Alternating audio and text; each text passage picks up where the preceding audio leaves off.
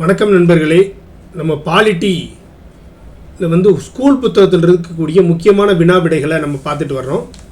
அதன்படி பார்த்தோமாக்கும் நம்ம ஏற்கனவே 6ஆம் வகுப்பு 7ஆம் வகுப்பு 8ஆம் வகுப்பு 9ஆம் வகுப்பு 10ஆம் வகுப்பு வரை நம்ம வீடியோஸ் பார்த்துட்டோம். அதை நம்ம மொத்தம் 3 வீடியோவாக போட்டிருக்கிறோம். இப்போ 11ஆம் வகுப்பு வால்யூம் 1ல் ஓகேவா முதல் 5 பாடத்தில் இருக்கக்கூடிய முக்கியமான வினா விடைகள் எடுக்க போகிறோம். இது பார்ட் 4 வீடியோ. ஓகேவா, வாங்க கொஸ்டினுக்குள்ளே போகலாம். 1. கடவுளின் நகரம் எனும் நூலின் வழியாக அரசியல் தத்துவம் என்பது மதத்தின் ஓர் அங்கம் என வலியுறுத்தியவர் யார்? கடவுளின் நகரம் எனும் நூலின் வழியாக அரசியல் தத்துவம் என்பது மதத்துடைய ஒரு அங்கம் என வலியுறுத்தியவர் யாருன்னா புனித அகஸ்டின். யார் சொல்கிறாருன்னா புனித அகஸ்டின். அவர் என்ன சொல்கிறாருன்னா, அரசியல் தத்துவம் என்பதே மதத்துடைய ஒரு அங்கம் தாண்டா சொல்லி தன்னுடைய கடவுளின் நகரம் என்ற நூலில் எழுதியிருக்கிறாரு. 2. அரசியல் என்பது அரசியல் அதிகாரம் மற்றும் வகுப்பு மோதல்கள் பற்றியதாகும் என கூறியவர் யார்? அரசியல்னாலே என்ன? அதிகாரம் மற்றும் வகுப்பு மோதல். ஓகேவா, பொலிட்டிக்கல் பவரும் கிளாஸ் ஆஃப் கான்ஃப்ளிக்ட்ஸும் சேர்ந்தது தான் எதுனா பொலிட்டிக்ஸ் என்று சொன்னவர் யார் பார்த்தோமாக்கும் கார்ல் மார்க்ஸ். கார்ல் மார்க்ஸ் தான் என்ன சொல்கிறாருன்னா, அரசியல் என்றாலே வகுப்பு மோதல்கள் என்று கூறியவர். 3. இந்திய அளவில் மிக பழமையான அரசியல் சிந்தனையாளர் என யாரை கூறலாம்? இந்தியாவில் மிக பழமையான பொலிட்டிக்கல் திங்கர் யாருன்னா கௌடில்யரும் மற்றும் நம்மளுடைய திருவள்ளுவரும். அர்த்த சாஸ்திரம் எனும் நூலை எழுதிய சாணக்கியர் என்றும் கௌடில்யர் என்றும் அழைக்கப்படுபவரும், நம்மளுக்கு திருக்குறளை இயற்றிய திருவள்ளுவர் அவர்களும் பொருட்பாலில் அரசியல் சிந்தனைகள் பலவற்றை கூறியிருக்கிறார். ஸோ இவங்க 2 பேர் தான் மிக பழமையான அரசியல் சிந்தனையாளர்கள். 4. வரலாறு என்பது கடந்த கால அரசியல் என்றும் அரசியல் என்பது நிகழ்கால வரலாறு என்றும் கூறியவர் யார்? வரலாறுன்னா என்னவா, கடந்த காலத்தில் நடந்த அரசியலை தான் இன்று நம்ம வரலாறாக படிக்கிறோம். சரி, அப்போ இப்போ நடக்கக்கூடிய அரசியல்ன்றது என்னதுன்னா நிகழ்கால வரலாறு. இன்றொரு வரலாறு நடந்து கொண்டிருக்கிறது, அதைத்தான் நம்ம என்ன சொல்கிறோம், அரசியல் என்று சொல்கிறோம் என்று கூறியவர் யார்னா ஃப்ரீமேன். வரலாறு என்பது கடந்த கால அரசியல் என்றும் அரசியல் என்பது நிகழ்கால வரலாறு என்றும் கூறியவர் ஃப்ரீமேன். 5. இறையாண்மை என்ற சொல் 1576 எந்த நூலில் முதலில் பயன்படுத்தப்பட்டது? அப்போ சாவர்னிட்டி என்ற வார்த்தை 1576 தான் முதல்ல பயன்படுத்துகிறாங்க. அது எந்த நூலில் முதலில் பயன்படுத்தப்பட்டது பார்த்தோம்னா குடியரசு என்ற புக்கில் தான் 1576 முதன்முறையாக இறையாண்மை என்ற வார்த்தை பயன்படுத்தப்பட்டது. 6. கூற்று 1. அர்த்த சாஸ்திரம் என்பது அரசியல் பொருளாதார நூலாகும். அர்த்த சாஸ்திரம் என்பது அரசியல் மற்றும் பொருளாதாரத்தை கூறக்கூடிய நூல். ஆமாம், சாணக்கியர் என்று அழைக்கப்பட்ட கௌடில்யர் எழுதியது தான் அர்த்த சாஸ்திரம் எனும் நூல். அது ஒரு அரசியல் மற்றும் பொருளாதாரத்தை பற்றி கூறக்கூடிய நூல் என்பது சரி. கூற்று 2. சமஸ்கிருதத்தில் அர்த்தம் என்றால் பொருள், சாஸ்திரம் என்றால் அறிவு என பொருள்படும். இப்போ அர்த்த சாஸ்திரத்துக்கு என்ன மீனிங் பாருங்களேன். அர்த்தம் என்றால் பொருள் என்றும் சாஸ்திரம் என்றால் அறிவும் என்று பொருள். அப்போ என்னது, பொருளாதாரத்திற்கான அறிவு என்பது தான் இந்த புத்தகத்துடைய பொருளை. ஓகேவா, அப்போ இதுவும் என்னவா இருக்குது, சரியாகத்தான் இருக்குது. இப்போ கூற்று 1 மற்றும் 2 சரி. 7. இவ்வுலகமே அரசியலை சுற்றி சுழன்று வருகிறது. இந்த உலகமே அரசியலை சுற்றித்தான் சுழன்று வருகிறது. ஒட்டுமொத்த மனித இனமும் ஒரு விதமான அரசியல் கூட்டமைவுக்குள் உள்ளிழுக்கப்பட்டு அதற்கு உள்ளேயே மனிதர்களுக்கும் இடையேயான செயல்பாடுகள் மோதல்களும் நிகழ்ந்து வருகின்றன. இது யார் கூற்று? அதாவது இந்த உலகமே அரசியலை சுற்றித்தான் சுழன்று வந்துட்டு இருக்கு. இந்த உலகத்தில் இருக்கக்கூடிய ஒட்டுமொத்த மனித இனமும் ஒரு விதமான அரசியல் கூட்டமைவுக்குள்ளதான் உள்ள இழுக்கப்பட்டிருக்காங்க.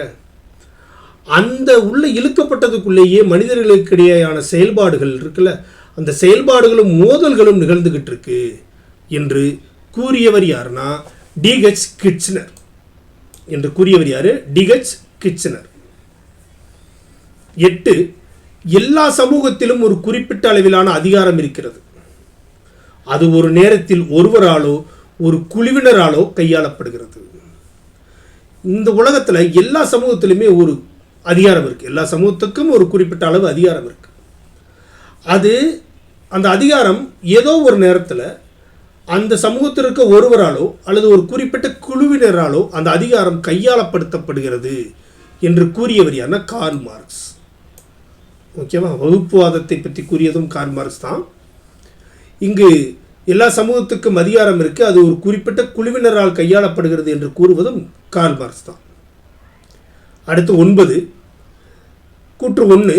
தண்ணீர் தண்ணீர் என்னும் திரைப்படத்தில் ஒரு சிறிய கிராமம் தண்ணீர் பற்றாக்குறையை எதிர்கொள்கிறது. தண்ணீர் பற்றாக்குறையை என்ன பண்ணுகிறது? எதிர்கொள்கிறது.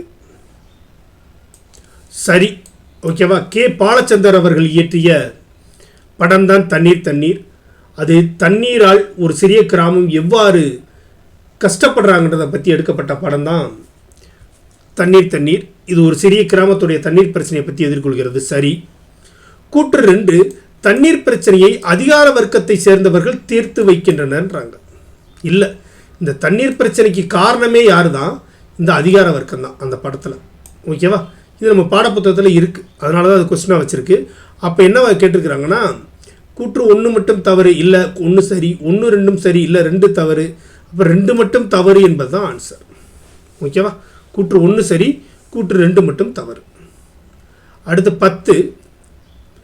குறிப்பிட்ட சமூக வலைதளங்களும் அதற்கான ஆங்கில பெயர்களும் கொடுத்துருக்குறாங்க. இதை நம்ம பொருத்த சொல்லி கேட்டிருக்கிறாங்க. முகநூல் என்றால் ஃபேஸ்புக். முகநூல் என்றால் ஃபேஸ்புக். அடுத்து கீச்சகம் என்றால் ட்விட்டர். இன்று இது எக்ஸ்ன்னு மாறிடுச்சு. இன்றைக்கி இதோட பேர் என்ன ஆயிடுச்சு? எக்ஸ். எலான் மஸ்க் வாங்கி என்ன பண்ணிட்டாரு? இது எக்ஸ்ன்னு பெயர் மாட்டிட்டாரு. வலையொலி என்றால் யூடியூப். அருகலை என்றால் ஒய்ஃபை. பகிரலை என்றால் காட்ஸ்பாட். பகிரலை என்றால் காட்ஸ்பாட். இப்போ நம்மளுக்கு 2 5 4 1 3 2 5 4 1 3 ஆப்ஷன் ஏ தான் ஆன்சர். 11. நவீன அரசின் அறிவுபூர்வமான அடித்தளம் பெரும்பாலும் 1948ஆம் ஆண்டில் கையொப்பமிடப்பட்ட எந்த உடன்படிக்கையின் விளைவாகும்? நவீன அரசு இருக்குல்ல, இந்த அரசுக்கு அறிவுபூர்வமான அடித்தளம் ஒன்று இருக்குது. இது பெரும்பாலும் இந்த அரசுக்கான அறிவுபூர்வமான அடித்தளம் என்பது ஒரு குறிப்பிட்ட உடன்படிக்கையினால் வந்த விளைவு. அந்த உடன்படிக்கை 1648ஆம் ஆண்டில் கையொப்பமிடப்பட்டது. அந்த உடன்படிக்கை என்னன்னா வெஸ்ட்பாலியா உடன்படிக்கை. அந்த உடன்படிக்கை என்ன? Treaty of Westphalia. இந்த உடன்படிக்கையின்படி தான் ஒரு அறிவுபூர்வமான அடித்தளம் இந்த நவீன அரசில் ஏற்பட்டிருக்கிறது. 12. இந்து சுயராஜ்யம் எனும் நூலினை இயற்றியவர் யார்? இந்து சுயராஜ்யம் என்ற நூலினை இயற்றியவர் யார்னா மகாத்மா காந்தி அவர்கள். மகாத்மா காந்தி அவர்கள் தான் இந்து சுயராஜ்யம் என்ற நூலை இயற்றியவர். 13. தீவிர முன்னேற்றவாத மக்களாட்சியை முன்மொழிந்த முன்னோடி அரசியல் சிந்தனையாளர். அதாவது என்ன பண்ணுறாருன்னா ரேடிக்கல் ப்ராக்ரசிவ் டெமோக்ரஸின்றார். தீவிரமாக மக்களாட்சியை ஒரு பிடிவாதத்தன்மையுடன் நடைபெறுத்த வேண்டியது ஒரு முக்கியமான ஒரு செயல் என்று கூறிய அரசியல் சிந்தனையாளர் யார்னா எம்.என். ராய். யார்னா எம்.என். ராய். 14. தவறானவற்றை தேர்ந்தெடு. 14. தவறானவற்றை தேர்ந்தெடு. அரசாங்கத்துக்கிட்ட தான் நிர்வாக அதிகாரம் இருக்குது. நாடாளுமன்றத்துக்கிட்ட கூடிய சட்ட அதிகாரம் இருக்குது. இதுவும் சரி, இதுவும் சரி. நீதி அமைப்புகள்கிட்ட நீதி அதிகாரம் இருக்குது. அமைச்சரவை கிட்ட நிதி பங்கீட்டு அதிகாரம் இருக்குன்றாங்க. அமைச்சரவை கிட்ட நிதி பங்கீட்டு அதிகாரம்லாம் இல்லை. நிதி பங்கீட்டு அதிகாரம் இப்பொழுது நிதி ஆயோக் போன்ற பல்வேறு அமைப்புகளால், அரசியலமைப்பு சார்ந்த அமைப்புகளால் உருவாக்கப்பட்டிருக்க ஒழிய அமைச்சரவையால் நிதி பங்கீட்டு அதிகாரம் கொடுக்கப்படலை. அப்போ இதுதான் தவறாக இருக்குது. 15. இந்தியாவிலே தயாரிக்கப்படும் மின்னணு வாக்குப்பதிவு இயந்திரத்தின் மூலமாக மின்னணு வாக்குப்பதிவு எந்த ஆண்டு முதல் பயன்படுத்தப்படுகிறது? நம்ம எலக்ட்ரிக் ஓட்டிங் இருக்குல்ல, இது எப்பொழுதிருந்து பயன்படுத்தப்படுகிறதுனா 2004 பயன்படுத்தப்படுகிறது. விவிபேட் இருக்குல்ல, அது 2014 பயன்படுத்தப்படுது. விவிபேட் ஓகேவா. அதே மாதிரி நோட்டா அதுவும் 2014 இருந்து என்ன பண்ணுது, பயன்படுத்தப்படுகிறது. 16 மனிதவள மேம்பாட்டு குறியீட்டில் உள்ள 3 குறியீடுகள் யாவை? ஹியூமன் டெவலப்மெண்ட் இண்டெக்ஸ், நம்ம யுனைடெட் நேஷன்ஸ் டெவலப்மெண்ட் ப்ரோக்ராம் வெளியிடக்கூடிய மனிதவள மேம்பாட்டு குறியீடு ஒரு 3 குறியீடுகளின் அடிப்படையில் கணக்கிடப்படுகிறது. அதில் எந்தெந்த குறியீடு ஏற்றுக்கொள்ளப்படுகிறதுன்றது தான் அங்கே கொஸ்டினாக கொடுத்துருக்குறாங்க. அதில் வாழ்க்கை தரம் கணக்கிடப்படுகிறது, கல்வியறிவும் கணக்கிடப்படுகிறது, சராசரியான மக்களின் ஆயுட்காலமும் கணக்கிடப்படுகிறது. சுற்றுச்சூழல் பற்றி அங்கு குறிப்பிடப்படவில்லை. சுற்றுச்சூழல் பற்றி HTI என்ன பண்ணுறதில்ல, கன்சிடர் பண்ணுறதில்ல. ஸோ நம்மளுக்கு அப்போ ஆன்சர் என்ன, 1, 2, 3 மட்டும் என்னது சரியாக இருக்குது, ஆப்ஷன் பி. 17 லிவி மீதான உரைக்கோவை என்ற நூலின் ஆசிரியர் யார்? லிவி மீதான உரைக்கோவை, ஓகேவா, டிஸ்கோர்சஸ் ஆன் லிவி என்ற நூலின் ஆசிரியர் யாருன்னா மாக்கியவல்லி. லிவி மீதான உரைக்கோவை என்ற நூலின் ஆசிரியர் மாக்கியவல்லி.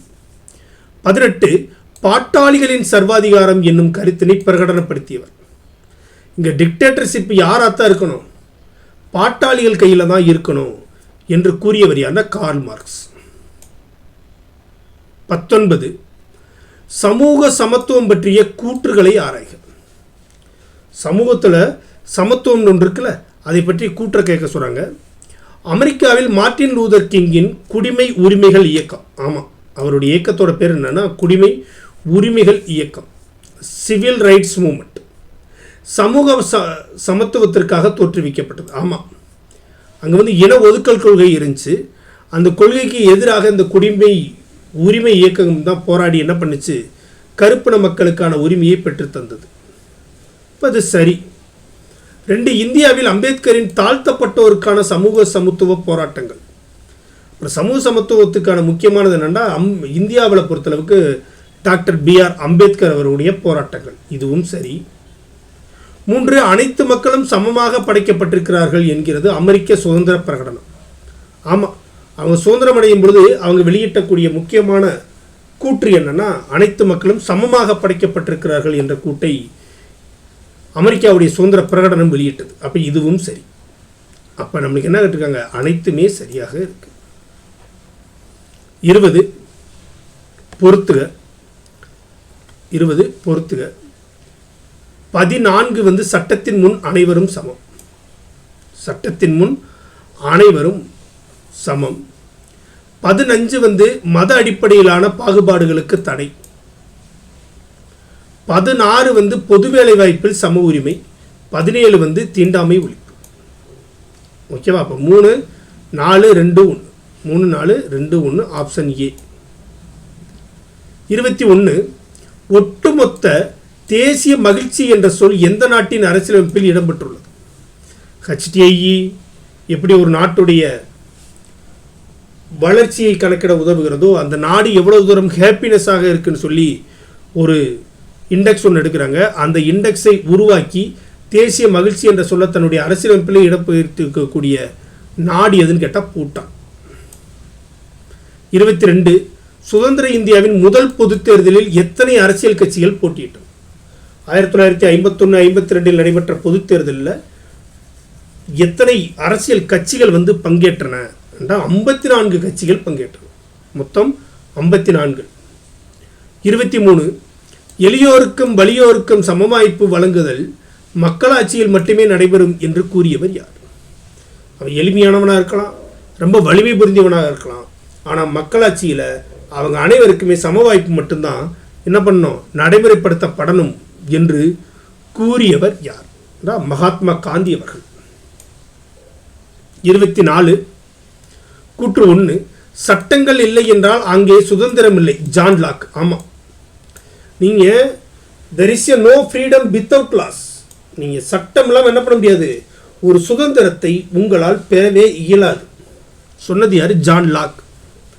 2 பூமியில் இறைவனின் ஆட்சியே அரசு எனப்படுகிறது. மேலும் சமூக நீதிநெறியின் உறுப்பாகவும் நன்னெறி மேலான வெளிப்பாடாகவும் அரசு விளங்குகிறது என்று எட்வர்ட் எவரட் என்பவர் கூறியிருக்கிறார் என்று ஒரு டேட்டா கொடுத்துருக்குறாங்க. ஓகேவா? இது இதை சொன்னது யாருன்னு பார்த்தோமாக்கும் நம்ம தாமஸ் எர்கின். தாமஸ் எர்கின் தான் என்ன பண்ணவர், இதை சொன்னவர். தாமர் எர்கின் ஹாலண்டுன்னு ஒருத்தர், ஹாலண்டை சேர்ந்தவர் தாமன் எர்கின். ஓகேவா? பட் இங்கே என்னவா இருக்குன்னா நம்மளுக்கு எட்வர்ட் எவரட்ன்னு இருக்குது. அப்போ இது தப்பாக இருக்குது. ஓகேவா? பூமியில் இறைவன் ஆட்சி எதுதான் அரசன்னு சொல்கிறாங்க. அது சமூக நீதி நெறியின் உறுப்பாகவும் நன்னெறியின் மீதான வெளிப்பாடாகவும் அந்த சமூக நீதி ஆட்சி இருக்குன்னு சொன்னது யாருன்னா தாமஸ் எர்கின். அப்போ நம்மளுக்கு என்னவா இருக்குன்னா நமக்கு கூற்று 1 மட்டும் சரியாக இருக்குது. 25 பொறுத்துக.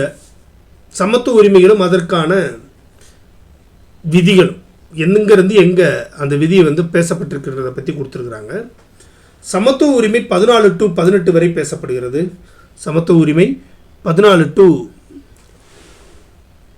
18 வரையும், சுதந்திர உரிமை 19 to 22 வரையிலும், மத சுதந்திர உரிமை வந்து 25 to 28 வரையிலும், அரசியலமைப்பு பரிகார உரிமை 32 to 35 வரையிலும் என்ன பண்ணப்படுகிறது, நம்மளுக்கு பயன்படுத்தப்பட்டு வருகிறது. ஓகேவா? அப்போ இது என்ன வருது, வரிசையாகவே இருக்குது. 1 2 3 4. 26 சட்டத்தின் நோக்கங்கள், அப்ஜெக்டிவ்ஸ் ஆஃப் த கான்ஸ்டியூஷன். சட்டத்தின் நோக்கங்கள், சட்டத்துடைய நோக்கம் என்னவா இருக்கும்னு சொல்லி நம்மளுக்கு 4 ஆப்ஷன் கொடுத்துருக்குறாங்க. நியாயத்தை ஊக்குவித்தல், சச்சரவுகளை தீர்த்தல், சிறுபான்மையினரின் உரிமைகளை பாதுகாத்தல், நீதியை ஊக்குவித்தல். இதில் எது வந்து சட்டத்துடைய நோக்கமாக இருக்குன்னு சொல்கிறாங்க. நியாயத்தை ஊக்குவிக்கணும், அதுதான் சட்டத்துடைய நோக்கம். அதே மாதிரி சச்சரவுகளையும் தீர்த்து வைக்க வேண்டும், சிறுபான்மையினருக்கான உரிமைகளை பாதுகாக்க வேண்டும், நீதியை ஊக்குவிக்க வேண்டும். இவை அனைத்துமே சட்டத்தின் நோக்கங்கள் தான். இவை அனைத்துமே சட்டத்தின் நோக்கங்கள் தான். அப்போ அனைத்தும் ஆப்ஷன் டி. 27 தனி மனிதனின் நல்லொழுக்கத்திற்கு சரிசமமாக இயங்கக்கூடியது நல்லரசாகும். ஒரு தனி மனிதன் இருக்கான், தனி மனிதனுடைய நல்லொழுக்கம் இருக்குல்ல, அதற்கு இணையாக சரிசமமாக இயங்கக்கூடியது தான் ஒரு நல்லரசு. அரசியல் என்ற உடற்கூறில் ஏதேனும் ஒரு பகுதி பாதிக்கப்படுகின்ற போது ஒட்டுமொத்த உடலும் பாதிப்புறும் என்று கூறியவர் யார்? எப்படி தனி மனிதனுக்கு ஒரு நல்ல ஒழுக்கம் வேண்டுமோ அதுபோல நல்ல அரசும் அனைத்து வகையிலும் நல்ல அரசாக இருக்க வேண்டும். உடம்பில் ஏதேனும் ஒரு இடத்தில் பாதிப்பு ஏற்படும் பொழுது ஒட்டுமொத்த உடலும் பாதிப்பு, அதுபோல அரசின் ஏதேனும் ஒரு இடத்தில் பாதிப்பு இருந்தால் மொத்த அரசுக்கும் அது பாதிப்பை உறுத்தும் என்ற நோக்கில் கருத்து கூறியவர் யாருன்னா பிளாட்டோ. பிளாட்டோ. பொறுத்துக. இப்போ ஒவ்வொரு நாடுகளும் அந்த நாட்டுக்கு இருக்கக்கூடிய பார்லிமெண்ட்டுகளுக்கான பெயர்களும் கொடுத்துருக்குறாங்க. ஒவ்வொரு நாடுகளும் அந்த நாட்டில் இருக்கக்கூடிய பார்லிமெண்ட், நம்ம நாடாளுமன்றம் இருக்குல்ல, நம்ம நாடாளுமன்றத்தில் இருக்கிற மாதிரி அந்தந்த நாட்டில் இருக்கிறதுக்கான பெயர்களும் கொடுத்துருக்குறாங்க. இஸ்ரேலில் வந்து நெசட்னு சொல்கிறாங்க. இஸ்ரேலில் வந்து நெசட்னு சொல்கிறாங்க. ஜெர்மனியில் வந்து பண்டஸ்டாக்னு சொல்கிறாங்க. ஜெர்மனியில் வந்து பண்டஸ்டாக்னு சொல்கிறாங்க. ஜப்பானில் வந்து டயட் என்று கூறுகிறார்கள். நார்வேல ஸ்டோல்டிங் என்று கூறுகிறார்கள். Israel Knesset, Germany Bundestag, Japan Diet, Norway ஸ்டோட்டி. இப்போ 4 3 2 1 4 3 2 1 ஆப்ஷன் சி. 29 சுதந்திரம் என்பதன் பொருள் தடைகள் இல்லாத நிலை என்பதல்ல, மாறாக சுதந்திரத்தை மேம்படுத்துவதில் உள்ளது. ஒருவர் செய்வதற்கான தடை ஏற்படுத்துவது வந்து தடையில்லாத நிலையை வந்து நம்ம சுதந்திரம் சொல்லக்கூடாது. சுதந்திரத்தை, இருக்கக்கூடிய சுதந்திரத்தை இன்னும் மேம்படுத்துவதில் தான் சுதந்திரம் என்று கூறியவர் யார் என்றால் மகாத்மா காந்தி அவர்கள். 30 அரசின் விருப்பங்களை உருவாக்கி வெளிப்படுத்தி உடன் நிறைவேற்றும் ஒரு முகமையாக அரசாங்கம் விளங்குகிறது என்று கூறியவர் யார்? அதாவது ஒரு அரசு இருக்கு, அந்த அரசு விருப்பங்களை உருவாக்குது, அந்த விருப்பத்தை மக்களிடம் வெளிப்படுத்துது, அதோடு நின்று விடாமல் அந்த அரசுடைய விருப்பத்தை நிறைவேற்றவும் செய்கிறது. இந்த மாதிரி விருப்பத்தை உருவாக்கி வெளிப்படுத்தி நிறைவேற்றுவது தான் ஒரு அரசாங்கம் சொல்றார். அப்படி கூறியவர் யார் என்றால் பேராசிரியர் அப்பாத்துரை. பேராசிரியர் அப்பாத்துரை. 31 முதலாளிகளுக்கும் தொழிலாளர் சங்க தலைவர்களுக்கும் இடையே சுதந்திரமான போட்டி நிலவ வேண்டும் என கூறியவர் யார்? ஒரு முதலாளியும் தொழிலாளர்களும், தொழிலாளர் சங்க தலைவர்களும் ஒரு சுதந்திரமான போட்டி நிலவ வேண்டும் என்று கூறியவர் யார்னா முதலாளித்துவத்தின் தந்தை என அழைக்கப்படக்கூடிய ஆடம் ஸ்மித் அவர்கள். அவங்களுக்குள்ள என்ன இருக்கணும்? ஒரு சுதந்திரமான போட்டி இருக்கணும். யார் யாரையும் கட்டுப்படுத்தக்கூடாது என்று கூறியவர் யார்னா ஆடம் ஸ்மித் அவர்கள். 32 பின்வரும் கூற்றுகளை ஆராய்க. பின்வரும் கூற்றுகளை ஆராய்க. சட்டம் என்பது இறையாண்மையின் கட்டளை. சட்டம்னா என்னன்னா இறையாண்மையோட கட்டளை. Laws the command of the sovereign என்று கூறியவர் யார்னா ஜான் ஆஸ்டின். சரி, அவர் தான் கூறியிருக்கிறாரு. சட்டம் என்பது இறையாண்மையின் கட்டளை என்று கூறுகிறார் ஜான் ஆஸ்டின். பி, நீதி நிர்வாகத்தை செயல்படுத்துவதற்காக அரசு அங்கீகரித்த விதிமுறைகளின் தொகுப்பே சட்டம் என்று சல்மான் என்பவர் கூறியிருக்கிறார்.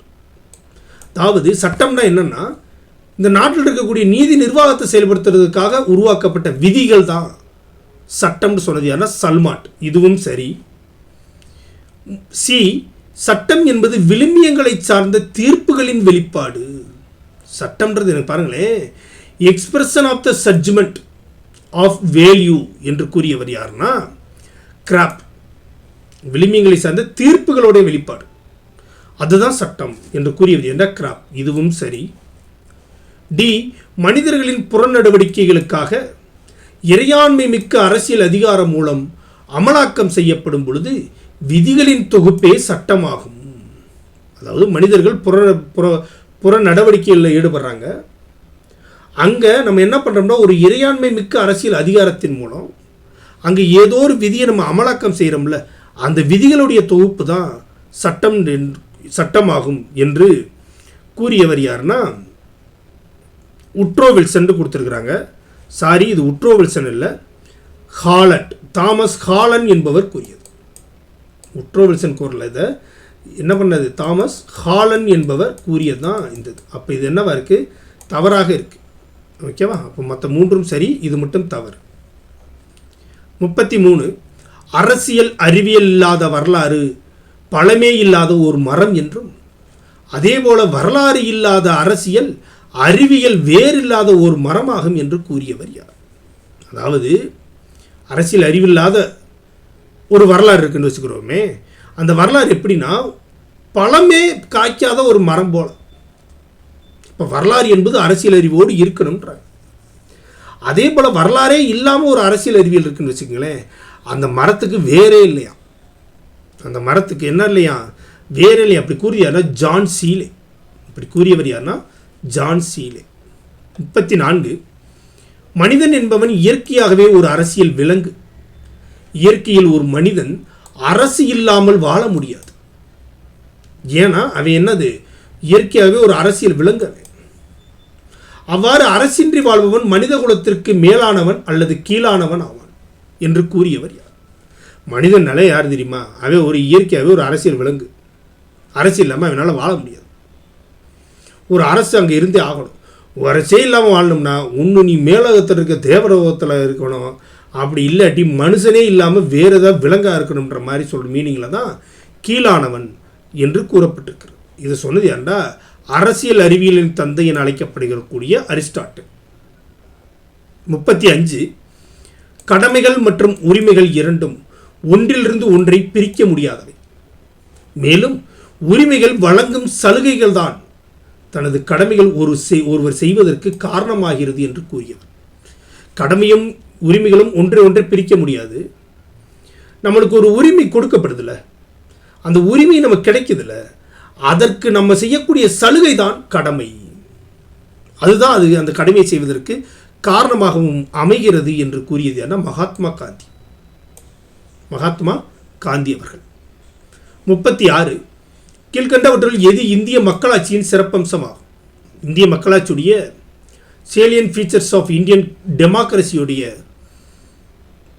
முக்கியமானது எதுன்னு கேட்குறாங்க. குடிமக்கள் பங்கேற்பு, ஆமாம், இது ஒரு மிகப்பெரிய சிறப்பம்சம். நாடாளுமன்ற மக்களாட்சி, இதுவும் சிறப்பம்சம்தான். ரகசியமாக வாக்குச்சீட்டு, இதுவும் சிறப்பம்சம்தான். இப்போ மேற்கூறியவை அனைத்தும். 37 இந்திய கூட்டாட்சி முறை எந்த நாட்டின் மாதிரியால் ஆனது? இந்தியாவில் ஃபெடரல் சிஸ்டத்தை தான் டாக்டர் B.R. அம்பேத்கர் அவர்கள் நம்மளுக்கு கொடுத்துருக்கிறாரு. இந்த ஃபெடரல் சிஸ்டத்தை அவர் எந்த நாட்டுடைய அரசமைப்பு சட்டத்திலிருந்து எடுத்தார்னா கனடா நாட்டின் அரசியலமைப்பு சட்டத்திலிருந்து எடுத்தார். எங்கேருந்து? கனடா. 38 நாடாளுமன்ற முறை அரசாங்கம் என்பது எவ்வாறு அழைக்கப்படுகிறது? இந்த பார்லிமெண்ட்ரி சிஸ்டம் இருக்குல்ல, இந்த பார்லிமெண்ட்ரி சிஸ்டம் ஆஃப் கவர்மெண்ட்டை நம்ம எவ்வாறு அழைக்கப்படுகிறோம்னா, இது ஒரு அமைச்சரவை அரசாங்கம் சொல்கிறோம். ஆமாம், அமைச்சரவைகள்லாம் சேர்ந்த கேபினெட் கவர்மெண்ட் தான் இந்த பார்லிமெண்ட் சிஸ்டம். இது முழுக்க முழுக்க ரெஸ்பான்சிபிளான ஒரு கவர்மெண்ட். இதுவும் சரி. வெஸ்ட் மினிஸ்டர் அரசாங்கம், இது நம்ம இங்கிலாந்திலிருந்து எடுத்ததுனால நம்ம என்ன பேர், அதுக்கு என்ன பேர், நாடாளுமன்றத்துக்கு என்ன சொல்கிறோம், வெஸ்ட் மினிஸ்டர் கவர்மெண்ட்னு சொல்கிறோம். இதுவும் சரி. அப்போ இவை அனைத்தும். 39 கீழ்கண்ட இயல்புகளில் இந்திய நாடாளுமன்ற முறை அரசாங்கம் செயல்பட அடிப்படையானவை அவை. 4 இயல்புகள் கொடுத்துருக்குறாங்க.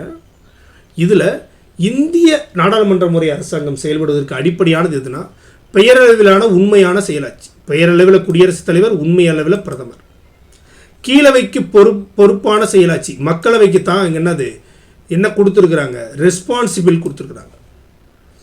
3 உண்மையான செயலாட்சியாக இருப்பது யாருன்னா பிரதமர் இருக்கு. ஏன்னா அவர் தான் மக்களால் தேர்ந்தெடுக்கப்படுகிறார். இப்போ இவை அனைத்துமே நாடாளுமன்ற முறை அரசாங்கத்துக்கு செயல்படுவதற்கு அடிப்படையானவையாகும். 40 நேரடி மக்களாட்சி எங்கு நடைமுறையில் உள்ளது? நேரடியாக மக்களே வந்து சட்டத்தை இயற்றுவது, சட்டம் இயற்ற இசைவு தெரிவிப்பது எந்த நாட்டில்னா சுவிட்சர்லாந்தில் நடக்குது. சுவிட்சர்லாந்து நாட்டில் வந்து பார்த்தோம். ஏன்னா மக்கள் தொகை ரொம்ப கம்மி, அதனால் என்ன பண்ணுறாங்க, அவங்க மக்களிடம் நேரடியாகவே விவாதத்தை உருவாக்கி சட்டத்தை உருவாக்குகிறார்கள். 41 உச்சநீதிமன்றத்தின் மூலம் குடிமக்களுக்கு அரசமைப்பு சட்ட பரிகாரம் பெறுவதற்கு எந்த உறுப்பு வழிவகை செய்கிறது? ஒருவருடைய அடிப்படை உரிமை மீறப்படும் பொழுது நேரடியாக உச்சநீதிமன்றத்துக்கு போய் எனக்கு அரசமைப்பு சட்ட பரிகாரம் பெற வேண்டும் என்று சொல்கிறது எதுன்னு பார்த்தோம். கான்ஸ்டியூஷனல் ரெமடிஸ் வேணும்னு நம்ம எங்கே பண்ணலாம்னா உறுப்பு 32 படி நம்ம என்ன பண்ணலாம், உச்சநீதிமன்றத்துக்கு நேரடியாக அடிப்படை உரிமை மீறப்படும் பொழுது வழக்கு தொடுக்கலாம். இது ஹைகோர்ட்லேயும் பண்ணலாம். அது 226வது விதி. 226வது விதி. 42 பொறுத்துக கொடுத்துருக்குறாங்க. ஒரு குறிப்பிட்ட மக்களாட்சிகளும் அதனை பற்றி பேசிய அரசியல் அறிவியலாளர்களை பற்றியும் கொடுத்துருக்குறாங்க. சிறுகுழு ஆட்சியின் இரும்பு சட்டம். சிறுகுழு ஆட்சியுடைய இரும்பு சட்டம். சிறுகுழு ஆட்சி இருந்துச்சுன்னு வச்சுங்களேன், அது இரும்பு சட்டமாகத்தான் இருக்கும் என்று சொன்னது யாருன்னா நம்ம ராபர்ட் மைக்கேல் அவர்கள். உயர்குடி மக்களுடைய ஆட்சி அதை பற்றி பேசுகிறது யாருன்னா ஜோசப் அலாய்ஸ் ஜம்பீட்டர். வர்க்கத்தின் அடிப்படையில் இருக்கணும். டெமோக்ரஸி வந்து எதுக்குன்னா பேசிக்ஸ் ஆஃப் கிளாஸ் அடிப்படையில் இருக்கணும்னு சொன்னது யாருன்னா கார்ல் மார்க்ஸ் அவர்கள். உருக்குலைந்த குழுவாக ஒரு ஆட்சி செய்ய வேண்டும் என்று சொன்னது யாருன்னா ராபர்ட் டால். அப்போ நம்மளுக்கு ஆப்ஷன் வந்து 2, 1, 4, 3. 2, 1, 4, 3 ஆப்ஷன் டி. 43 அனைவருக்கும் பொதுவான குடிமையியல் சிவில் சட்டம் என்பதை எதன் மூலமாக அடையாளம் காண்கிறோம்? த யூனிஃபார்ம் சிவில் கோட் வந்து எதன் மூலம் நம்ம என்ன பண்ணுறோம், அதற்கான அடையாளத்தை நாம் காண்கிறோம் என்றால் நம்மளுக்கு யூனிஃபார்ம் சிவில் கோட் அரசு வழி நெறிமுறை கோட்பாட்டின்படி ஆர்டிக்கல் 44 கொடுத்துருக்கு. ஆர்டிக்கல் 44 கொடுத்துருக்கு. அப்போ அரசின் வழி நெறிமுறை கோட்பாடு. 44 தமிழக அரசாங்கத்தின் எந்த தலை சிறந்த திட்டம் இந்தியாவின் பிற மாநிலங்களிலும் பின்பற்றப்படுகிறது? நம்ம இங்கே ஒரு முக்கியமான ஒன்றை கொண்டு வந்து காமராஜர், எம்ஜிஆர், அதே போல் கலைஞர், ஜெயலலிதா, இன்றைய ஸ்டாலின் அவர்கள் வரை ஒரு முக்கியமான ஒரு தலை சிறந்த திட்டம் ஒன்று இருக்குது. அதுதான் எதுனா மதிய உணவு திட்டம். இன்று காலை உணவு திட்டமும் கொண்டு வரப்பட்டிருக்கு. அதை தான் பிற மாநிலங்களில் என்ன பண்ணுறாங்க, பின்பற்றுறாங்க. காமராஜர் அவர்களால் தோற்றுவிக்கப்பட்டு சத்துணவு திட்டமாக எம்ஜிஆர் காலத்தில் மாறி இப்பொழுது காலை உணவு திட்டமும் கொடுக்கப்படுகிறது. 45 கீழ்கண்டவர்களில் நவீன இறையாண்மை கோட்பாட்டின் தந்தை என அழைக்கப்படுபவர் யார்? Father of modern theory of sovereignty யார்? Jean Bodin. இவர் தான் யார்? நவீன இறையாண்மை கோட்பாட்டின் தந்தை. 46 சட்டத்தின் ஆட்சி, ரூல் ஆஃப் லா என்பதன் முக்கிய நோக்கம் உறுதிப்படுத்தப்படுவது என்னவெனில், சட்டத்தின் இந்த ரூல் ஆஃப் லா வந்து எதை உறுதிப்படுத்துது என்று பார்த்தோமாக்கும் பத்திரிகை சுதந்திரம். ஆமாம், இதையும் ரூல் ஆஃப் லா உறுதிப்படுத்துது, குடிமக்களுக்கான சுதந்திரத்தையும் கொடுக்குது, சுதந்திரமான நீதித்துறையும் வழங்கியிருக்கு. இதுதான் என்னது ரூல் ஆஃப் லா. அப்போ மேற்கூறிய அனைத்தும். 47 இந்திய அரசியலமைப்புள்ள அடிப்படை உரிமைகள் பெறப்பட்ட நாடு. நம்ம எந்த நாட்டிலிருந்து ஃபண்டமெண்டல் ரைட்ஸை நம்ம பாரோ பண்ணியிருக்கிறோம், எந்த நாட்டிலிருந்து நம்ம எடுத்திருக்கிறோம்னு பார்த்தோம்னா அமெரிக்காவிலிருந்து எடுத்துருக்கிறோம். அரசியல் அறிவியலின் தந்தை என அழைக்கப்படுபவர் யார்? அரிஸ்டாட்டில். இவர் தான் என்ன பண்ணுறாரு, political father of the political science யார்னா அரிஸ்டாட்டில். 49 ஒற்றையாட்சி முறை அரசாங்கம் நடைபெறும் நாடுகளில் பொருந்தாதது எது? ஒற்றையாட்சி முறை மட்டும்தான் என்ன பண்ணுறாங்க, நடத்துகிறாங்க. அதில் பொருந்தாதது எதுன்னு கேட்டுக்கிறாங்க. எது கேட்டுக்காங்க? பொருந்தாதது. ஜப்பானில் ஒற்றையாட்சி முறை தான், இலங்கையிலையும் ஒற்றையாட்சி முறை தான், ஜப்பான்லேயும் ஒற்றையாட்சி முறை தான், ஃப்ரான்ஸ்லேயும் ஒற்றையாட்சி தான், இங்கிலாந்துலேயும் ஒற்றையாட்சி தான், கனடாவில் மட்டும் இல்லை. ஏன்னா இங்கேருந்து தான் நம்ம என்ன பண்ணிருக்கோம், கூட்டாட்சி என்ற ஃபெடரல் சிஸ்டத்தையே என்ன பண்ணிருக்கோம் நம்ம நாட்டுக்கு எடுத்துருக்கிறோம். அப்போ கனடா மட்டும் இல்லை. Option D. 50 இந்திய அரசியலமைப்பில் உள்ள ஒற்றையாட்சி இயல்புகளில் சரியானது எது? நம்ம இந்திய அரசியலமைப்பு பார்த்தோம்னாக்கும் ஒரு கூட்டாட்சி சிறப்பு இயல்புகளும் இருக்கும், ஒற்றையாட்சி சிறப்பு இயல்புகளும் இருக்கும். ஓகேவா? அதில் இந்த ஒற்றையாட்சி இயல்புகளில் சரியானதாக எது இருக்குன்னு கேட்டோமாக்கும் மாநிலங்களின் சமநிலையற்ற பிரதிநிதித்துவம். ஆமாம், சமநிலையற்ற பிரதிநிதித்துவம்னா நம்ம என்ன பண்ணுறோம்னா ஒவ்வொரு மாநிலத்துக்கும் ஒரு குறிப்பிட்ட மாநிலங்களவை எம்பிக்கான இது மக்கள் தொகை அடிப்படையில் தீர்மானிக்கப்படுகிறது. ஆனால் இப்போ நீங்கள் அமெரிக்காவில் பார்த்தோம்னு வச்சுக்கங்களேன், எல்லா மாநிலத்துக்கும் 2 பேர் தான். ஆனால் இங்கே அப்படி இல்லை. நம்மளுக்கு 18 பேர், யூபியில் பார்த்தா 32 பேர். இப்படி என்ன பண்ணுறது, சமநிலையற்ற பிரதிநிதித்துவம் இருக்குது. இதுதான் என்னது, ஒற்றையாட்சியாக மத்திய அரசுக்கு ஒரு முக்கியத்துவத்தை கொடுக்கிறது. மற்றதை பாருங்கள், அரசியலமைப்பின் மேலான தன்மை ஒற்றையாட்சி இல்லை. எழுதப்பட்ட அரசியலமைப்பு என்னது, ஒற்றையாட்சிக்கு இல்லை. நெகிழா அரசியலமைப்பு என்ன பண்ண முடியாது, ரிஜிட் கான்ஸ்டியூஷன், ஒரு சிலவற்றை என்ன பண்ண முடியாது, மாற்றவே முடியாது.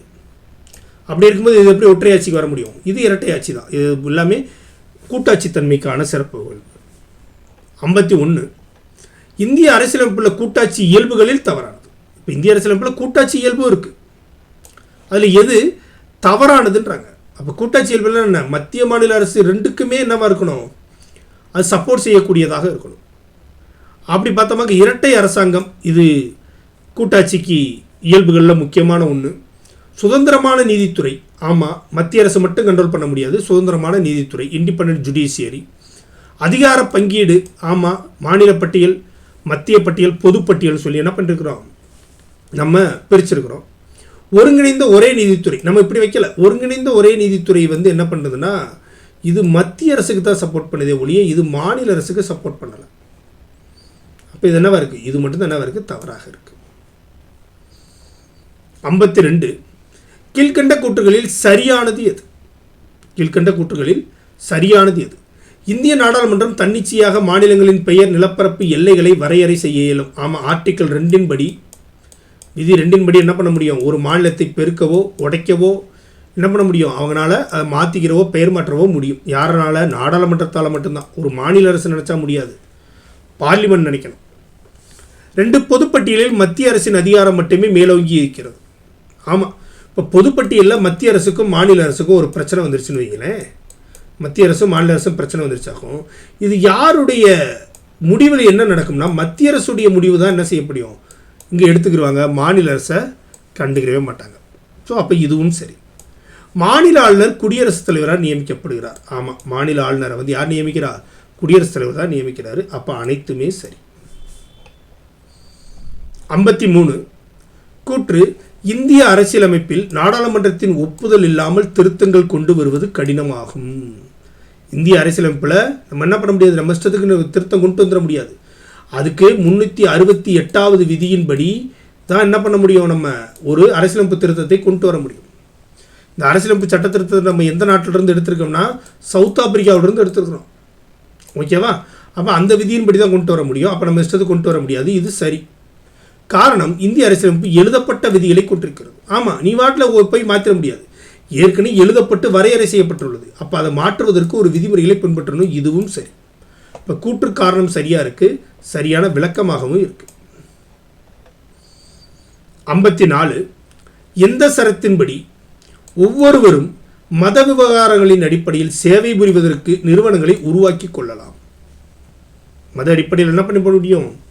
நீங்கள் மத விவகாரங்கள் அடிப்படையில் சேவை புரிப்பதற்காக நீங்கள் நிறுவனத்தை உருவாக்கிக்கலாம். ரிலீஜியஸ் அஃபேருக்காக இன்ஸ்டிடியூஷனை நீங்கள் என்ன பண்ணலாம்?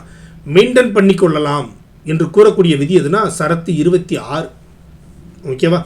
அப்போ 25 என்னென்னா, நீங்கள் என்ன பண்ணலாம்? சுதந்திரமாக தொழிலையோ அல்லது மதத்தையோ பரப்புவதற்கான உரிமை. 25. ஓகேவா? 27 மதத்தின் அடிப்படையில் வரி செலுத்துதல் கூடாது. மதத்தின் அடிப்படையில் ஒருத்தருக்கு வரி போடக்கூடாது, வரி கட்ட வேண்டிய அவசியம் இல்லை. 28 கல்வி மற்றும் கல்வி நிறுவனங்களில் வந்து என்ன பண்ணக்கூடாது? மத போதனைகளுக்கு தடை. மத போதனைகளுக்கு என்னது? தடை. அதான் என்னது? சரத்து 28. அப்போ மத விவகாரங்கள் அடிப்படையில் சேவை புரிவதற்கு நிறுவனங்களை உருவாக்கி கொள்ளலாம் என்பது சரத்து 26. 55 சட்டமன்றம் இயற்றும் சட்டங்களையும் அரசாங்க நடவடிக்கைகளையும் அரசியலமைப்பு விதிகளின்படி சீராய்வு செய்வது டேஸ் எனப்படும். சட்டமன்றம் சட்டங்களை இயற்றுது, அரசாங்க நடவடிக்கைகளையும் அரசியலமைப்பு விதிகளின்படி சீராய்வு செய்து. இதற்கு பேர் என்ன? நீதி புனராய்வு. இது பேர் என்னது? நீதி புனராய்வு. 56 எந்தெந்த நாட்டில் இருக்கக்கூடிய நாடாளுமன்றத்தின் பெயர்களுக்கு என்னென்ன பெயர் என்று கொடுத்துருக்குறாங்க? தென்னாப்பிரிக்காவில் வந்து நாடாளுமன்றம் தான் சொல்கிறாங்க. ஓகேவா? தென்னாப்பிரிக்காவில் நாடாளுமன்றம் என்றே அழைக்கப்படுகிறது. ரஷ்யாவில் டூமான்னு சொல்கிறாங்க. பாகிஸ்தானில் பார்த்தோம்னாக்கா தேசிய சபைன்னு சொல்கிறாங்க. நேபாளத்தில் பார்த்தோம்னா ராஷ்ட்ரிய பஞ்சாயத்துன்னு சொல்கிறாங்க. ஓகேவா? இப்போ வரிசையாகவே பொறுத்திருக்கு. 1 2 3 4. நம்ம சவுத் ஆப்பிரிக்காவில் என்ன சொல்கிறாங்க? நம்மளை மாதிரியே பார்லிமெண்ட்னு தான் சொல்கிறாங்க. 57 கூற்று காரணமாக கொடுத்துருக்குறாங்க. நாடாளுமன்ற முறை அரசாங்கம் வெஸ்ட்மினிஸ்டர் முறை அரசாங்கம் என்றும் அழைக்கப்படுகிறது. ஆமாம், ஏன்னா இங்கிலாந்தில் இருக்கக்கூடிய நாடாளுமன்றத்துக்கு பேர் வந்து வெஸ்ட்மினிஸ்டர் முறை. அதைத்தான் நம்ம பின்பற்றுறதுனால அது வெஸ்ட்மினிஸ்டர் முறை அரசாங்கம்னு சொல்கிறாங்க. காரணம், இங்கிலாந்து நாடாளுமன்றம் வெஸ்ட்மினிஸ்டர் முறை என்னும் இடத்தில் உள்ளது. இதுவும் என்னவாகத்தான் இருக்குது? சரியாகத்தான் இருக்குது. வெஸ்ட்மினிஸ்டர் இருக்கிறதுனால அது வெஸ்ட்மினிஸ்டர் நாடாளுமன்றம். அப்போ கூற்று காரணம் சரி, சரியான விளக்கமும் ஆகும். 58 நாடாளுமன்ற முறை அரசாங்கத்தின் தலைமை பொறுப்பு வகிப்பவர் யார்? இந்த பார்லிமெண்ட்ரி சிஸ்டம் இருக்குல்ல, இந்த பார்லிமெண்ட்ரி சிஸ்டத்தில் தலைமை பொறுப்பு யார்கிட்ட இருக்கும்? அரசாங்கத்தின் தலைப்பு. இல்லை பாருங்க, கவர்னன்ஸுக்கு இல்லை, கவர்மெண்ட்டுக்கு. அரசின் தலைவர்னா யார்? குடியரசுத் தலைவர். அரசாங்கத்துக்கு தலைவர் யார்? பிரதமர் தான் அரசாங்கத்துக்கு தலைவர். இப்போ அரசின் தலைவர்னா யாரை போடணும்? குடியரசுத் தலைவரை போடணும். எந்த ஆண்டிலிருந்து இந்தியா 18 வயது நிறைவடைந்த அனைவருக்கும் வாக்குரிமை வழங்கப்பட்டது? எப்போ இருந்து? 1989 18 வயது. அதுக்கு முன்னாடி வரை 21 வயதாக இருந்துச்சு. 1989 என்ன பண்ணுறாங்க? 18 வயதாக 81வது சட்ட திருத்தத்தின்படி என்ன பண்ணுறாங்க? கொண்டு வராங்க. 60 கீழ்கண்ட கூற்றுகளில் சரியானது எது? குடியரசுத் தலைவர் பெயரளவு அதிகாரம் கொண்ட செயலாட்சியாக விளங்குகிறார். ஆமாம், அவருக்கு வந்து அது நாமினல் ஹெட்டு தான். குடியரசுத் தலைவர் யாருன்னு பார்த்தோம்னா நாமினல் ஹெட்டு தான். ரியலான எக்ஸிக்யூட்டிவ் ஹெட்டு அவர் இல்லை, பிரதமர் தான். ஓகேவா? ரியலான எக்ஸிக்யூட்டிவ் ஹெட் யார்? அவர் தான். பிரதமர் உண்மையான அதிகாரம் கொண்ட செயலாட்சி. ஆமாம், இவர் தான் யார்? ரியல் ஹெட் யாருன்னா பிரதமர் தான். 3 எந்த ஒரு கட்சிக்கும் பெரும்பான்மை கிடைக்காத பட்சத்தில் கட்சிகளின் கூட்டணியை குடியரசுத் தலைவர் ஆட்சி அமைக்க அழைக்கிறார். இப்போ எந்த கட்சிக்குமே பெரும்பான்மை இல்லை, அதாவது 51% எந்த கட்சியுமே வாங்கலைன்னா எந்தெந்த கட்சிகளாம் கூட்டணி சேர்ந்தா ஆட்சி அமைக்க முடியுமோ அந்த கட்சிகள் என்ன பண்ணுவார்? குடியரசுத் தலைவர் ஆட்சி அமைக்க கூப்பிடுவார். இதுவும் சரி. 4 நமது அரசியலமைப்பில் ஒரு அரசாங்கம் தன்னுடைய பதவிக்காலத்தை நிறைவு செய்வதற்கு உத்தரவாதம் அளிக்கப்பட்டுள்ளது. இல்லை, இந்த நாடாளுமன்றத்தில் எப்போ 51% இல்லையோ, நம்பிக்கையில்லா தீர்மானம் ஏற்பட்டு விட்டால் அதில் வந்து நம்பிக்கை தீர்மானத்தில் பிரதமர் பதவியில் இருப்பவர் அமைச்சரவை வந்து தோற்று போச்சாக்க என்ன பண்ணி ஆகணும்? பதவியை கேன்சல் பண்ணி ஆகணும். இங்கே உத்தரவாதம்லாம் கொடுக்கப்படவே இல்லை. இப்போ சரியானது எதுனா 1 2 3 மட்டும்தான் சரி. 61 இந்திய அரசமைப்பினை உருவாக்கியவர்கள் ஏன் நாடாளுமன்ற அரசாங்க முறையினை ஏற்றனர்? இந்திய அரசியலமைப்பை உருவாக்கியவர்கள் இந்த பார்லிமெண்ட்ரி சிஸ்டத்தை ஏன் இந்தியாவுக்காக கொண்டு வந்தாங்கன்னு சொல்லி ஒரு சில காரணங்கள் நம்மளுக்கு கொடுத்துருக்குறாங்க. நாடாளுமன்ற அரசாங்க முறையுடன் பரிச்சயம், ஏன்னா ஏற்கனவே நம்மளை இங்கிலாந்து தான் ஆண்டுகிட்டு இருந்தாங்க. இங்கிலாந்துலேயும் வந்து இந்த நாடாளுமன்ற அரசாங்க முறை தான் நடைமுறையில் இருக்கிறதுனால அது நம்மளுக்கு ஏற்கனவே தெரியும் என்பதனால் இதை கொண்டு வந்தார்கள். ஒன்று, இது சரி. அதுக்கடுத்து அதிக பொறுப்புணர்வுக்கான விருப்புரிமை. ஆமாம், நிறைய ரெஸ்பான்சிபிலிட்டி வந்து இந்த நாடாளுமன்றத்துக்கு இருக்குது. ஸோ அதனால் வந்து என்ன பண்ணாங்க, இதை கொண்டு வந்தாங்க. 3, சட்டமன்றத்திற்கும் செயலாட்சிக்கும் இடையேயான பிரச்சனைகளை தவிர்க்க வேண்டியது அவசியமாகும். அதாவது ஒரு லெஜிஸ்லேட்டிவ் இருக்குது, அங்கே தான் சட்டத்தை போடுறாங்க. அந்த சட்டத்தை நடைமுறைப்படுத்தக்கூடியது எக்ஸிக்யூட்டிவ். அங்கே பிரச்சனை ஏதும் ஏற்பட்டுச்சாக்கோ அதை தீர்த்து வைப்பதற்கு இந்த நாடாளுமன்ற முறை வந்து ரொம்ப முக்கியமானதாக இருக்குது. அதனால் இதுவும் சரி. இந்திய சமுதாயத்தின் தன்மை. இந்தியாவுடைய சமுதாயம் எவ்வாறு இருக்குன்னா, பல்வேறு பட்ட தேசிய இனங்களுடைய கூட்டமைப்பாக இருக்குது. இது அனைவரும் ஒன்றிணைந்து செயல்படுவதற்கு நாடாளுமன்ற முறையே சிறப்பானதாக இருந்ததுனால இதையும் செலக்ட் பண்ணிட்டாங்க. ஸோ இவை அனைத்துமே சரி. இதனால தான் என்ன பண்ணாங்க, நாடாளுமன்ற அரசாங்க முறையினை ஏற்றனர். 62, பன்னாட்டு மனித உரிமைகள் தினம் எந்த தேதியில் கொண்டாடப்படுகிறதுனா டிசம்பர் 10. இது உங்களுக்கு எல்லாத்துக்கும் தெரியும். 63, கீழ்கண்ட கூற்றுகளில் தவறானது எது? கீழ்கண்ட கூற்றுகளில் தவறானது எதுன்னு கேட்டிருக்கிறாங்க. மக்களாட்சி என்ற சொல் டெமோஸ் கிரேட்டோஸ் என்ற லத்தீன் சொல்லிலிருந்து பெறப்பட்டது என்று சொல்கிறாங்க. இது லத்தீன் சொல்லில் கிரேக்க சொல். ஓகேவா, இதுவும் தப்பாக இருக்குது. ஓகேவா, மக்களாட்சி என்பது டெமோஸ் கிரேட்டோஸ் என்ற சொல்லிலிருந்து தான் பெறப்பட்டது. ஆனால் அது லத்தீன் சொல்லில் கிரேக்க சொல். ஓகேவா, இங்கே என்னவா இருக்குது, தவறாக இருக்குது. இந்த டெமோஸ் என்றால் மக்கள் என்று பொருள். ஆமாம், கிரேக்கத்தில். கிரெட்டோஸ் என்றால் ஆட்சி என்று பொருள். அதனால அது மக்களாட்சி. ஓகேவா, அடுத்து இதுவும் சரியாக தான் இருக்குது, இதுவும் சரியாக தான் இருக்குது. மக்களாட்சி என்பது மக்களின் ஆட்சி என்று பொருள்படுகிறது. ஆமாம், இதுவும் சரி. நம்மளுக்கு தவறானது கேட்டிருக்கிறாங்க, ஏ மட்டும் தவறு. 64, எந்த சட்ட திருத்தத்தின் மூலம் சொத்துரிமை அடிப்படை உரிமையிலிருந்து நீக்கப்பட்டது? முன்னாடி மொத்தம் 7 விதமான அடிப்படை உரிமைகள் இருந்துச்சு. அதில் என்ன பண்ணிட்டாங்க, சொத்துரிமையை நீக்கிட்டு இப்போ 300A சட்ட உரிமையாக லீகல் ஆக்டாக வச்சுருக்கிறாங்க. ஓகேவா, லீகல் ஆக்டாக இப்போ வச்சுருக்கிறாங்க. இது எந்த சட்ட திருத்தம்னா 44வது சட்ட திருத்தம் 1978 நடந்துச்சு. இங்கேயும் 44 தான் கொடுத்துருக்கு, ஆனால் 76ன்னு கொடுத்துருக்கு. 42வது சட்ட திருத்தம் தான் 76. 44வது சட்ட திருத்தத்தில் தான் சொத்துரிமை அடிப்படை உரிமை நீக்கப்பட்டு 300A சட்ட உரிமையாக வச்சுருக்கிறாங்க. ஸோ இது எப்போனா 44வது சட்ட திருத்தம் 1978. 65, சொத்துரிமை தற்போது எந்த விதியின் கீழ் உள்ளது? 65, சொத்துரிமை தற்போது எந்த விதியின் கீழ் உள்ளதுன்னா 300A. இப்போ தான் பார்த்தோம், 300A இருக்குது. 66, தகவல் அறியும் உரிமை சட்டம் பற்றிய கூற்றுகளில் தவறானது எது? ஓகேவா, ரைட் டு இன்ஃபர்மேஷன் ஆக்ட் இருக்குல்ல, இதில் வந்து தவறானது எதுன்னு கேட்டிருக்கிறாங்க. அரசாங்கத்திடம் மக்கள் தகவல்களை கேட்பதனை சட்டப்பூர்வமாக்கியது. ஆமாம், தகவல் அறியும் உரிமை சட்டம் 2005 வந்து என்ன பண்ணுச்சுன்னா, நம்ம வந்து மக்கள் வந்து தகவல்களை அரசாங்கத்திடம் கேட்டு பெறுவதற்கான உரிமையை சட்டமாக மாற்றியது. சரி.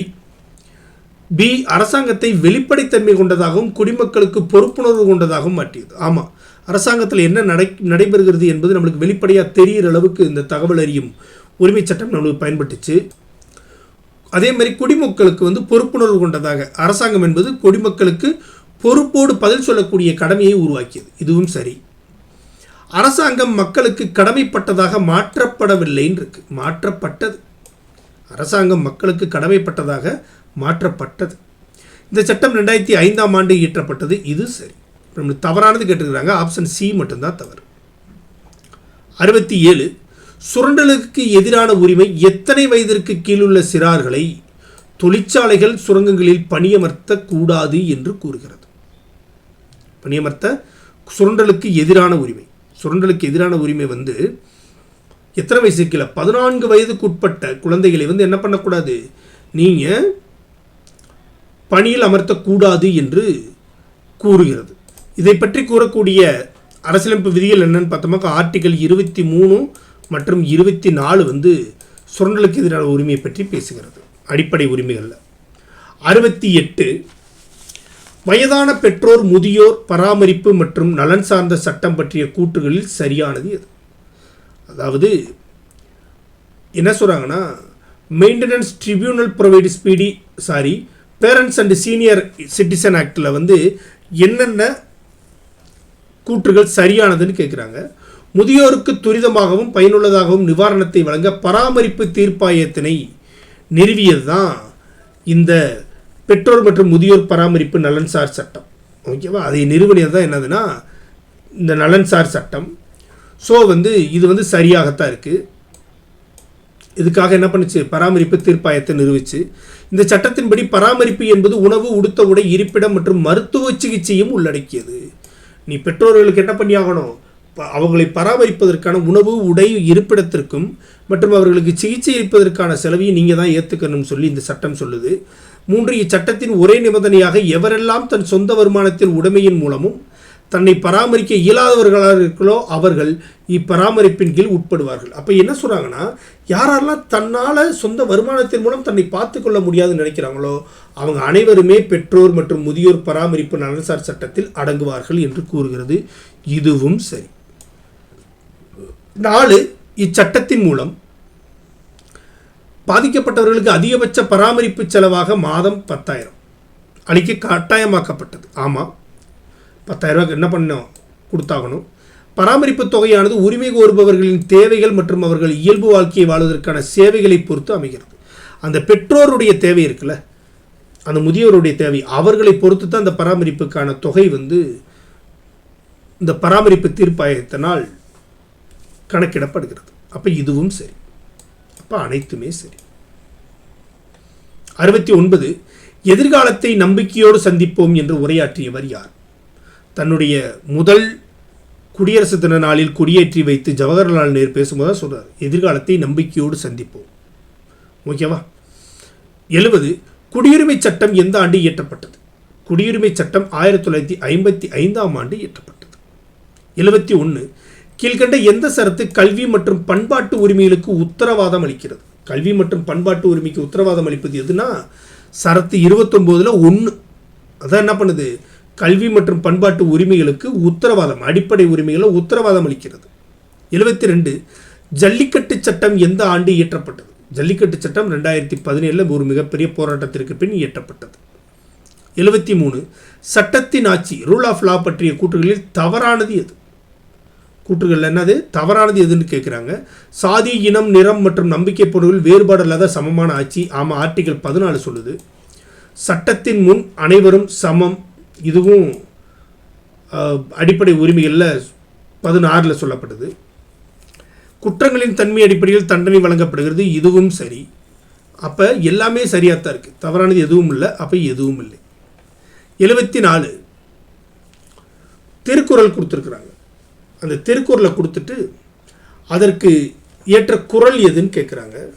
வருவாயை அடையாளம் காணுதலும் அதனை திறமையாக திரட்டுவதும் திரட்டிய வருவாயை அரசு கருவூலத்தில் பாதுகாத்து வைப்பதும் எனும் கருத்தை திருவள்ளுவர் எந்த குறட்பாவில் கூறுகிறார்? எந்த குறட்பாவில் கூறுகிறார்னா, வருவாயை அடையணும், அடையாளம் காணணும், அதான் என்னது? இயற்றுதல். அதனை திறமையாக திரட்டணும், அதான் ஈற்றுறது. திரட்டிய வருவாயை அரசு கருவூலத்தில் பாதுகாக்கணும், அதுதான் காத்தல். காத்ததை வகுத்தலும் வல்லது அரசு. அது என்ன பண்ணுமா? எல்லா பேத்துக்கும் சரியாக பங்கிட்டு கொடுக்கணும், அதுதாண்டா ஒரு நல்ல அரசு என்றுதான் என்ன பண்ணுறார்? வள்ளுவர் சொல்கிறார். ஓகேவா? 75. அரசனாக இருக்க வேண்டுபவர் பெற்றிருக்க வேண்டிய குணநலன்களாக வள்ளுவர் கூறுவது யாது? ஒரு அரசன் என்பவன் என்னென்ன கூறுகளை எல்லாம் அவன் பெற்றிருக்க வேண்டும் என்று பார்த்தா, அவன் துணிவோடு இருக்கணும், ஈகை குணத்தோடு இருக்கணும், பொது அறிவு அவனுக்கு இருக்கணும், செயலூக்கம் இருக்கணும் என்று கூறுகிறார். அவர் படையை பற்றியோ அல்ல பக்கத்தில் இருக்கக்கூடிய அமைச்சரை பற்றியோ அவர் என்ன பண்ணல, எங்கேயுமே பேசப்படல. ஓகேவா? இப்போ 1, 2, 3, 4 தான் சரி. இத்துடன் நம்ம 11ஆம் வகுப்பு வால்யூம் 1ல், ஓகேவா, 11ஆம் வகுப்பு வால்யூம் 1ல் இருக்கக்கூடிய அனைத்து கொஸ்டின்ஸும் நம்ம பார்த்து முடிச்சிட்டோம். கண்டிப்பாக அந்த வீடியோ உங்களுக்கு ரொம்ப பயனுள்ளதாக இருக்கும்னு நினைக்கிறேன். அடுத்து நம்ம பார்ட் 5 வீடியோவில் வால்யூம் 2ல் இருந்து 11th லெசன் வால்யூம் 2ல் இருந்து நம்ம என்ன பண்ணுவோம், முக்கியமான வினாக்களை எடுத்து அதற்கான ஆன்சர்ஸையும் நம்ம பார்ப்போம். தொடர்ந்து பாருங்கள், எங்கள் சேனலை சப்ஸ்கிரைப் பண்ணுங்கள். இந்த வீடியோ பிடிச்சிருந்தால் லைக் பண்ணுங்கள். உங்களுக்கு கருத்துக்கள் ஏதேனும் இருந்தால் கமெண்ட் செக்ஷனில் சொல்லுங்கள். நன்றி, வணக்கம்.